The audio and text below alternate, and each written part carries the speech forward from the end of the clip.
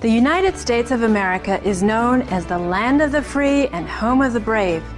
America has come to symbolize freedom throughout the world. People from all nations and from all walks of life have called America their home. America has welcomed them with open arms. Indeed, the famed Statue of Liberty is the embodiment of the fulfillment of this dream. In New York's public education system alone, its student body represents 145 countries of the world. The United States is also a very spiritual country, allowing freedom of worship to its citizens. Indeed, religion has traditionally played a large role in American society. Many of the original European colonists came to America for religious reasons. Religion still has a major influence on American politics and culture, even more so than in other industrialized nations. We now invite you to listen to the following discussion with Supreme Master Chinghai entitled Learning How to Love, spoken to our association members in New Jersey, United States on June 24th and 25th, 1992.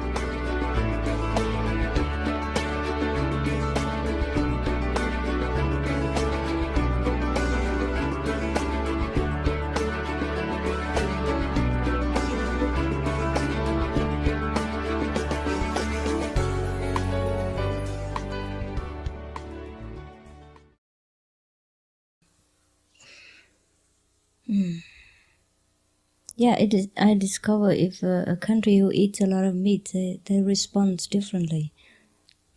And in Asia, even though people also eat meat, but not in such an amount, you know it, huh? Even if we eat meat, huh? People, they cut it into small pieces, so it look a lot, and then they saute with they mix it with so many vegetables, so it become a lot. But actually, it's not the big piece of beef and eat it all in one go without anything else. Understand? Therefore, it's a little bit different. Maybe 50% beef only, and 50% human. Yeah? When you get 70% beef, then you are beefy.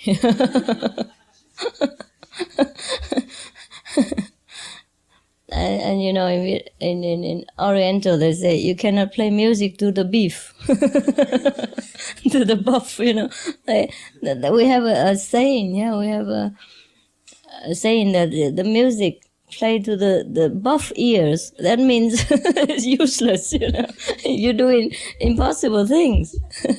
So that's probably what it is when we eat a lot of beef. We become too beefy, yeah. Then it's difficult to get the music in, yeah, the sound of God inside our ears. Yeah, very difficult. Some of the people we know here are also Americans. But if you inquire into their diet, they don't eat that much. Even before they met us, yeah? Most of them are a little bit slim, you know, and a little bit naive looking. Okay, so everyone's all right, huh? After we make the parking lot here, I think it's better to park here and leave the grass alone for everyone to walk on, to have a nice view and to sit on it when it's nice weather, yeah? Because our playing ground is small, even though you have the forest, but you don't always like to go there, yeah? It's nice to have some grass in the front, huh? So, this kind of salon practitioners is very lucky, huh? Because one person sacrifice is enough. Otherwise, everybody has to go through that sometimes because they don't know where to find, so they just walk. And they think Himalaya mountain contains all the masters. They will walk all over 11,000 feet high, 20,000 feet high sometimes above sea level, just to see the master. Maybe not easy to find it. Many people die. Many people will die on the road because of the, landslide, snowstorm, and road damage. Sometimes the whole bus the whole bus, it's just washed down together with the sudden flush of water or sudden fall of snow, from the mountain. Just slide down, ice, because very cold. It's very, very slippery, the ice, and it fall the whole piece from the mountain and wash the whole bus out down with it. Nobody survived. When I went one time with a bus, sometimes you can go with bus, sometimes you cannot. You have to walk for miles. There's many tracks, there's no bus. It's a small track like this. You can put one foot at a time only. How can you get buses there? Even no horses in such places. You have to walk through that many miles, then maybe you get a horse. Or maybe you had to carry people. But I never used this. I don't believe in make trouble for them at that time. I was also strong enough. Not that strong, but probably have no karma like now. No work to do except exercising, walking every day. So I went one time with the bus, and the mountain was collapsing in front of us, and then covered our bus. Yeah, and everybody was panicking and tried to open the bus and run out. I say, if you run out, you die. Sit down and repeat your mantra. Pray to your master, whoever it is. So everybody did that, and then suddenly the mountain landslide stopped. It's supposed to rushing down, and it just suddenly stopped. So everybody came and thanked me. One time like that. I was in a bus, and everybody was running all over the buses and tried to jump down. I say, you jump down, you die. So it's better you stay here. It's more protected, I shout at them and tell them all to sit down. I said, where's your mantra? Where's your faith? Where's your master? The whole bus was spiritual people. Tibetan practitioners, Tibetan tradition. Western and many different kind of people, mostly Western people and Americans. And they believe so much in their Tibetan master, and Dalai Lama and all that. But when the bus, in the middle of the landslide, they forgot everything. Forgot Dalai Lama, forgot their Lama, forgot their mantra, sutra, shastra, every tra, they forgot. So I shout on top of my voice because it was very chaotic, About 60 people on the bus. And already the stone falling down. Where can you go now? In front is stone, on top is stone, behind is stone, and under here is a deep, cliff, huh? And if you run down there, you become sand, dust. Yes, you cannot even find your bone. Become dust. Truly, it's so deep, So where can you go now, right? And they can't seem to realize it. It's so panicking, Everybody tumble on top of each other, and the bus was like this already. And the stone keep falling down. So at last, after that they stopped. And they sit down and pray, and everything's gone. So they came and thanked me afterward. I said, it's good that you reminded us, It's just a good test for us that we know where we are going when in time of trouble. I said, that's the time you need your master and your mantra most. And you forgot. So I say, you have to practice more so that it become natural. That in time of disaster, you even remember that and nothing else. Because you know you're going. Yeah. I didn't practice all this much before, but I had experience.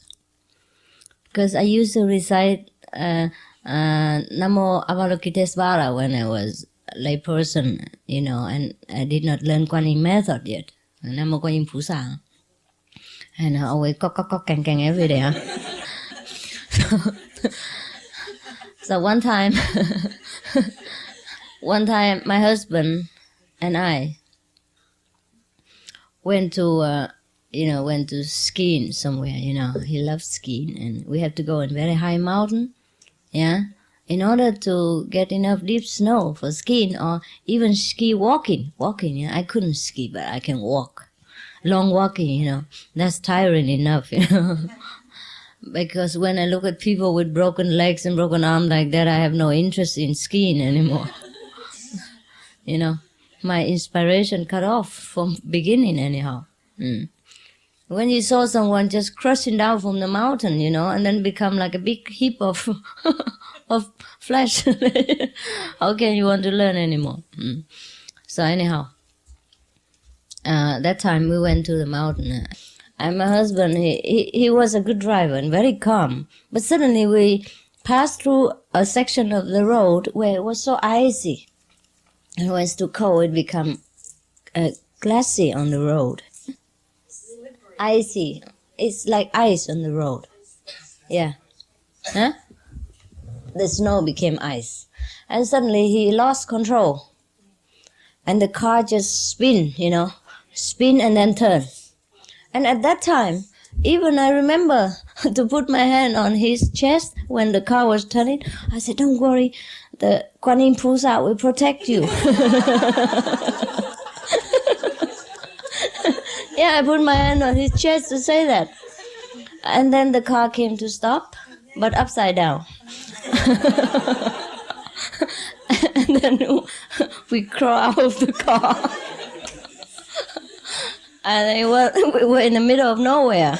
But I felt that calm. The moment it started. And I thought to myself, that's it. That's it. Probably it is. It's what it is, That's what it is, I am prepared. So I say, don't worry, just recite Kuan Yin Pusa. Avalokitesvara, the Bodhisattva. And that's what I said to him, only one sentence. And the car just turned, turn over and stop somewhere down there. It's very deep. It's not very deep, but because of the road is high, mountain road. So we ran quite deep. But nothing. We fell into a very soft bed of snow. So thick and so soft. But then we crawled out. And then we walked for a while, and then we saw a farm, And that farmer has a kind of, crane that he could take our car up. So, no problem. We had a nice tea, warm, and then I don't remember if we slept there or not. Probably we did, in just a farmer house. And then in the morning, we just drive back home, no problem. Good ending, huh? Happy ever after ending. For the good and faithful.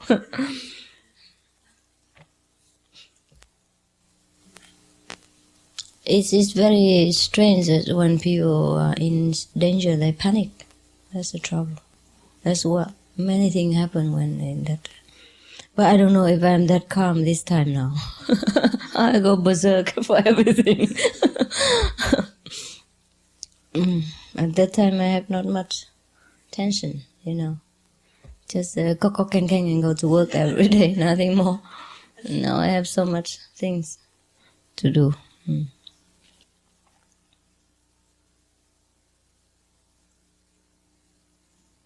I wasn't very afraid at that time, not at all. I was more worried for him, so I forgot about myself. I worried that he worried, I was worried that he's so worried, yes, that he feel bad or anything like that. So I tell him, just recite the Bodhisattva, then you'll be okay, But I was prepared for the end already. Actually, you could die anywhere, no need in the Himalaya, anytime. Mark Twain, he made a research. He said more people die in bed than on car or on the travel, on the road. Yes, people die more in a safe house, in bed, between the walls. More people die that way than on the car or on the way or anywhere else. Yes.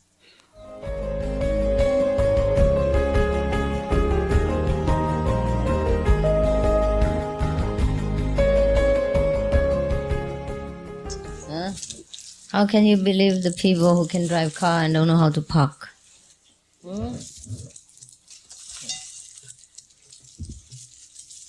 You know what the guy did? He parked the car in the wrong place and then he blamed the tree, so he cut the tree down. Poor tree. Yeah. Yes. You know, people are very compassionate. They keep cats and dogs.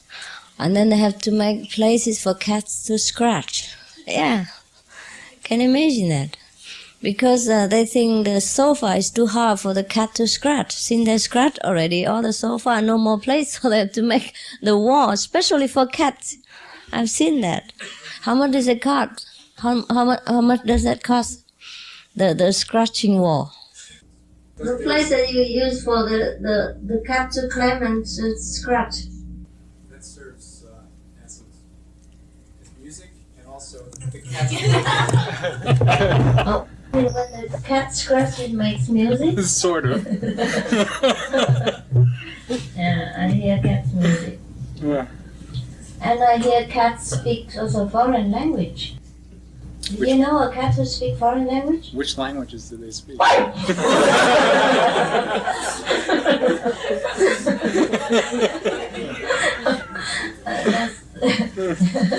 when the cat speaks foreign language. You never know? I know it now. You know it now.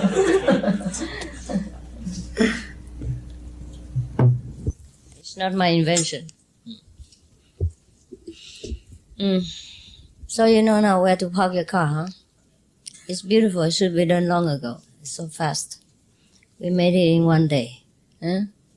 The one who works a lot or who has a lot of, I would say, resolution, you know, they can go anywhere and be comfortable.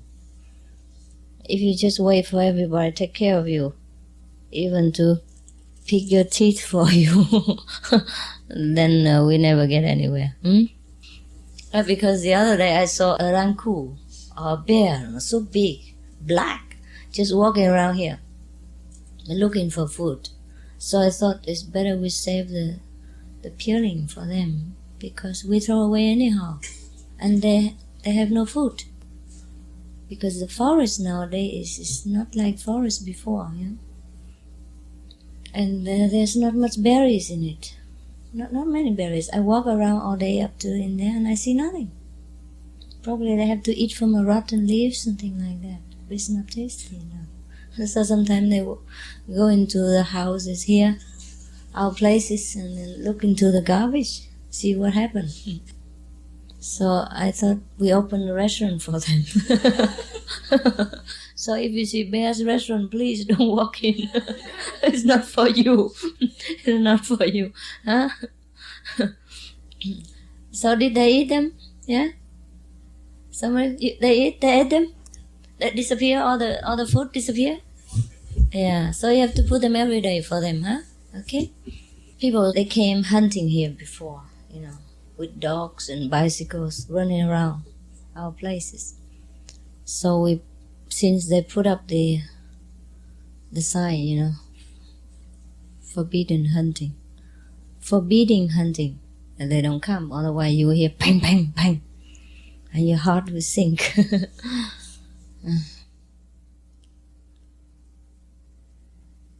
So therefore, we just leave the forest for a while, you know, for their refuge. Oh, they came, so many, I think. Because when I walked this morning, I saw a lot of them, you know, left behind.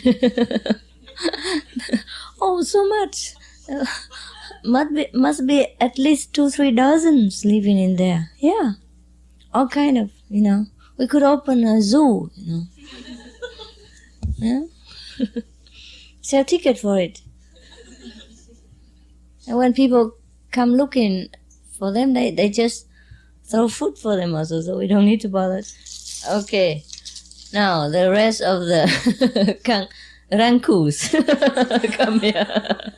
I was told never to feed the raccoons because they will never leave. Okay. Anyhow, so when you park, try not to hit the tree, okay?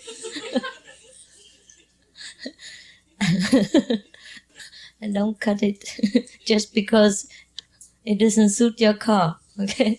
Go find another place. The trees are there for beauty and for protection. It's good